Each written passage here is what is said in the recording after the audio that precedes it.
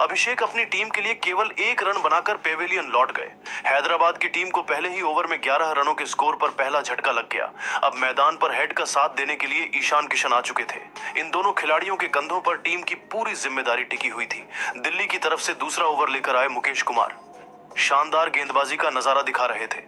हैदराबाद के बल्लेबाजों को परेशान करने की पूरी कोशिश कर रहे थे, लेकिन ओवर की अंतिम गेंद पर ट्रेविस हेड ने करना प्रहार करते हुए चौका जड़ दिया और अपनी टीम के स्कोर को 2 ओवर में 20 रनों तक पहुंचा दिया। हैदराबाद की टीम मैच में वापसी करने की पूरी कोशिश कर रही थी। ईशान किशन भी शानदार फॉर्म में दिखाई दे रहे थे, लेकिन तभी दिल्ली की तरफ से तीसरा ओवर विकेट की तलाश में लेकर आए एक बार फिर मिचेल स्टार्क, और इस बार उन्होंने ओवर की पहली ही गेंद पर ईशान किशन को पवेलियन का रास्ता दिखाकर अपनी टीम को दूसरी सफलता बैक टू बैक दिला दी। ईशान किशन टीम के लिए केवल 2 रन बनाकर पेविलियन लौट गए। हैदराबाद की टीम बैकफुट पर नजर आ रही थी, लेकिन एक तरफ से ट्रेविस हेड मैदान पर टिके हुए थे। इनका साथ देने के लिए अब नीतीश रेड्डी आ चुके थे, लेकिन मिशेल स्टार्क की खतरनाक गेंदबाजी के आगे नीतीश रेड्डी बिना खाता खोले पेविलियन लौट गए और इसी ओवर में स्टार्क ने अपनी टीम को 2 बड़ी सफलता दिला दी। केवल 25 रनों के ही स्कोर पर हैदराबाद के 3 बल्लेबाज पेविलियन लौट गए।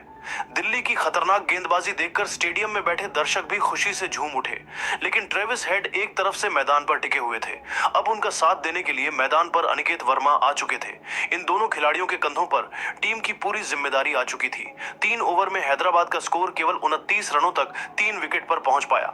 चौथा ओवर दिल्ली की तरफ से लेकर आए एक बार फिर मुकेश कुमार, लेकिन इस बार इनका स्वागत ट्रेविस हेड ने अपने अंदाज में ओवर की चौथी गेंद पर खतरनाक चौका लगाकर किया और अपनी टीम के स्कोर को 4 ओवर में 37 रनों तक पहुंचा दिया।